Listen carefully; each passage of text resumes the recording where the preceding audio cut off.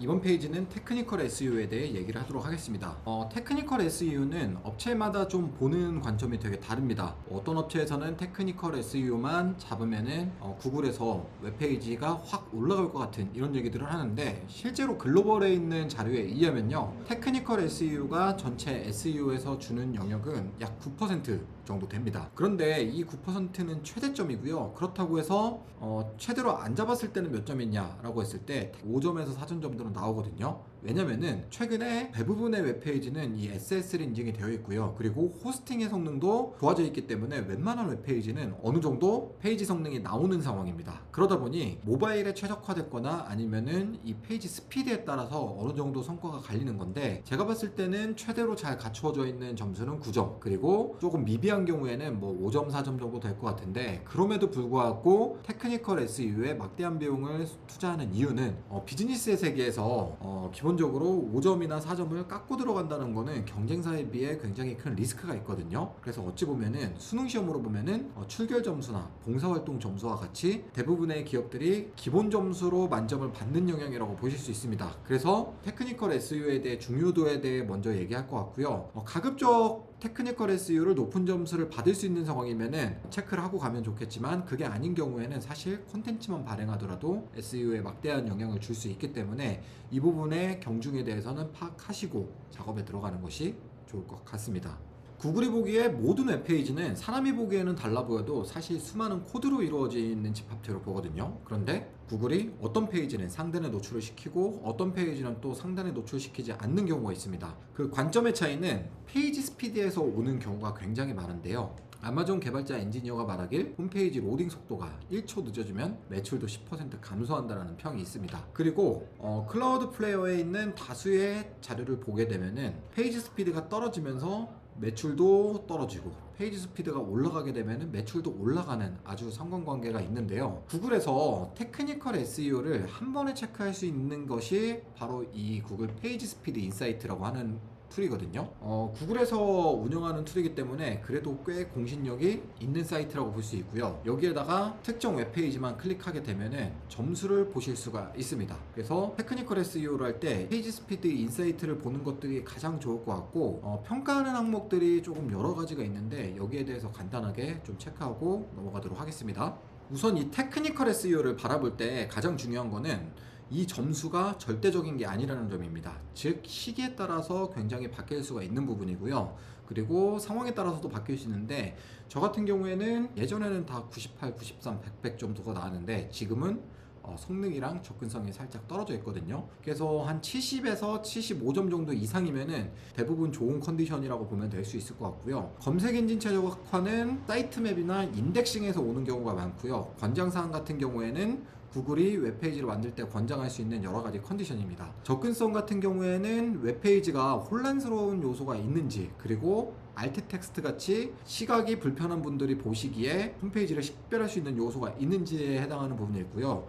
대부분의 문제가 되는 것들이 이 성능 점수거든요. 성능 점수 같은 경우에는 불필요한 HTML 스크립트라든지 웹페이지 성능에 따라서 속도가 달라질 수 있는 부분에 대해 얘기를 하는데, 지금 보시면은 이 항목에 따라서 다양한 요소들을 수정할 수 있는 가이드를 주는데, 이걸 보고 고치는 것이 테크니컬 SEO의 가장 기본적인 지표라고 보실 수 있을 것 같습니다. 그리고 저도 처음에 SEO를 시작할 때는 이 점수를 100점을 맞는 것을 목표로 했는데, 사실 워드프레스 같은 자체 개발형 홈페이지 같은 경우에는 100점을 맞는다는 것은 애초에 좀 불가능한 것일 수도 있거든요. 그렇기 때문에 너무 100점을 고집하는 것보다는 한 7, 80점 정도가 나오게 되면은 나머지의 시간은 콘텐츠에 할당하는 것이 오히려 더 적합하다고 볼 수 있을 것 같습니다. 그래서 이 페이지 스피드 인사이트에 대해서 먼저 말씀을 드렸고요. 그리고 페이지 속도에 영향을 주는 것들은 대표적으로 이 네 가지인데요. 자바스크립트, 그리고 웹피 이미지, 레이지 로딩, CDN 서비스라는 것들이 있습니다. 사용하지 않는 자바스크립트 같은 경우에는 아까 페이지 스피드 인사이트에서 검색하게 되면은 사용하지 않는 스크립트들을 이렇게 안내를 해주는데요. 이런 스크립트를 줄이면은 페이지 스피드의 로딩 시간을 높여줍니다. 그래서 결국에 사용하지 않는 자바스크립트 정리를 통해서 페이지 속도를 높여주는 효과를 얻을 수 있고요. 그리고 지금 이미지 같은 경우에는 대표적으로 JPEG 2000부터 JPEG XR 그리고 웹피라는 이미지들을 쓰는데, 이 웹피라는 확장자에 대해서 좀 체크할 필요가 있습니다. 구글은 전 세계 검색 엔진 넘버1 기업으로서 유지를 하기 위해 글로벌에 있는 막대한 파일들을 크롤링 하거든요. 근데 텍스트보다 문제되는 것이 이 이미지 파일입니다. 이미지 파일을 압축하기 위해서 파일을 압축해도 깨지지 않는 고해상도의 기술을 만든 것이 웹피인데, 이 웹피라는 확장자 자체가 구글이 특허를 낸 기술입니다. 따라서 구글은 자체 서버 리소스를 줄이기 위해 웹피라는 이미지를 만들었기 때문에 될 수 있으면은 이 웹피라는 파일의 확장자를 사용하시는 것이 도움이 되고, 워드프레스 플러그인을 활용하시면은 자동적으로 웹피 이미지 전환이 되는 기능들을 사용할 수 있는데, 자체 홈페이지 같은 경우에는 별도로 구축을 하려면은 꽤 비용이 나가는 부분입니다. 그런 경우에는 웹피 이미지 변환이라고 검색하면 다양한 페이지를 볼 수 있는데요. 이런 웹피 이미지 변형 사이트를 활용해서 일일이 변형 후 올리시는 것이 도움이 된다라고 보실 수 있습니다. 근데 제 생각에는 페이지 업데이트가 잦은 데라면은 플러그인이나 이런 기술들을 적용을 해야 하는데, 보통 웹페이지들이 자주 업데이트되지 않는 경우가 있는데, 그런 경우에는 이렇게 일일이 수동으로 업데이트해서 반영하시는 것도 괜찮은 방법이라고 볼 수 있습니다. 그리고 두 번째로 강조하고 싶은 것은 이 레이지 로딩인데요. 지금 웹페이지를 보시면은 첫 번째부터 끝까지 한 번에 로딩을 하려면은 일시적으로 페이지 속도가 느려지는 병목 현상이 생기게 되는데, 그것을 방지할 수 있는 것이 레이지 로딩입니다. 즉 스크롤이 이쪽 영역에 있을 때는 이쪽 영역만 로딩을 시키기 때문에 일시적으로 페이지 스피드가 빨라지는데요. 직관적인 사례를 보여주면은 레이지 로딩을 쉽게 이해할 수 있습니다. 네, 지금 보시면은 레이지 로딩이 적용된 홈페이지입니다.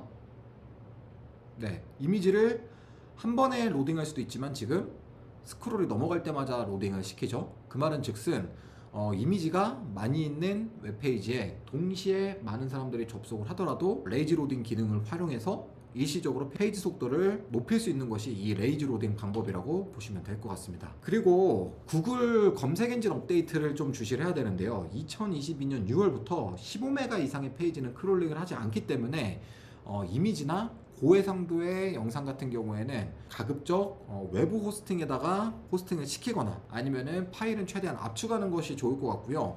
15메가 이상의 파일은 크롤링이 안 되지만 가급적 페이지를 가볍게 만드는 것이 구글이 좋아하는 웹페이지라는 점에 대해 말씀을 드릴 수 있을 것 같습니다. 그리고 IT를 모르시는 분들이면은 조금 이해하기 어려운 부분일 수 있는데요. 그 콘텐츠 딜리버리 네트워크라는 CDN 기능이 있습니다. 우리나라가 여기에 있지만 서버를 각 대륙별로 이렇게 분산화시켜서 글로벌 어디에서 접속하더라도 페이지 속도를 일정하게 만들 수 있는 기능들이 이 CDN 기술인데요. 사실 용어가 어려워서 그렇지 해외 호스팅에 해당하는 클라우드 플레이어나 아니면 워드프레스 몇 개의 플러그인만 설치하게 되면 CDN은 월 10,000원 이하의 금액으로도 처리할 수가 있는 부분이거든요. 근데 이런 부분이 국산 호스팅을 쓰게 되면은 조금 적용이 어렵거나 아니면 일부 불가능한 부분도 있기 때문에 구글 SEO로 하시는 분들은 이런 목적 때문에라도 대부분 해외 호스팅사를 쓰고 있습니다. 그래서 오늘은 이 CDN 기능에 대해 알아둬야 될 것 같고요. 그리고 마지막으로 콘텐츠가 이 사이트 맵에 업데이트가 되면서 이 문서를 크롤링을 하는 건데요. 사이트 맵이 이런 식으로 생겼습니다.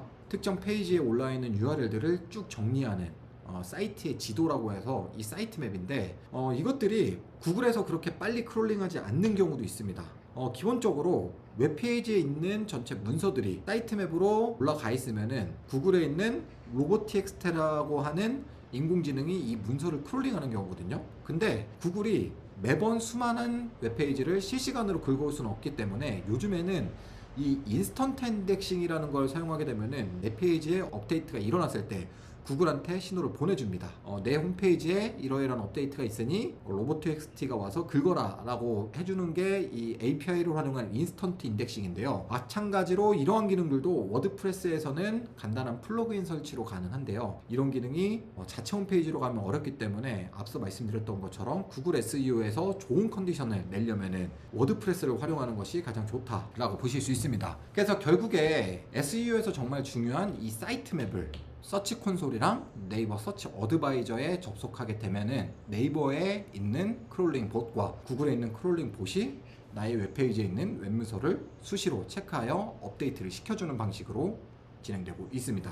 다시 한번 CMS에 대해 강조하게 되면요, 사실 자체 개발 홈페이지에도 아까 말씀드렸던 자바스크립트나 이런 테크니컬적인 요소를 할 수는 있는데, 문제는 비용이 비싸고요, 그리고 모든 것을 다 전수 제작을 해야 되기 때문에 에러 문제가 생깁니다. 그리고 아이맵이나 티스토리, 그리고 뭐 윅스 같은 것들 같은 경우에는 이미 지어진 건물에 입주하는 형태이기 때문에 아까 말씀드렸던 테크니컬적인 인스턴트 인덱싱 이런 기능들은 쓸 수가 없거든요. 그렇기 때문에 커스텀의 자유도가 낮아지고요, 결국에 테크니컬 SEO에서 해당하는 다양한 부분들을 직접 포스팅하려면은 워드프레스나 워드프레스에 준하는 웹플로우 이런 플랫폼들밖에는 대안이 없거든요. 근데 현실적으로 우리나라의 워드프레스 개발자는 조금 더 있는데, 뭐 웹플로우나 이런 CMS들은 사용 유저가 매우 적기 때문에 현실적으로 구글 SEO를 하기 위해서는 이 워드프레스가 가장 좋은 선택지라고 보실 수 있습니다.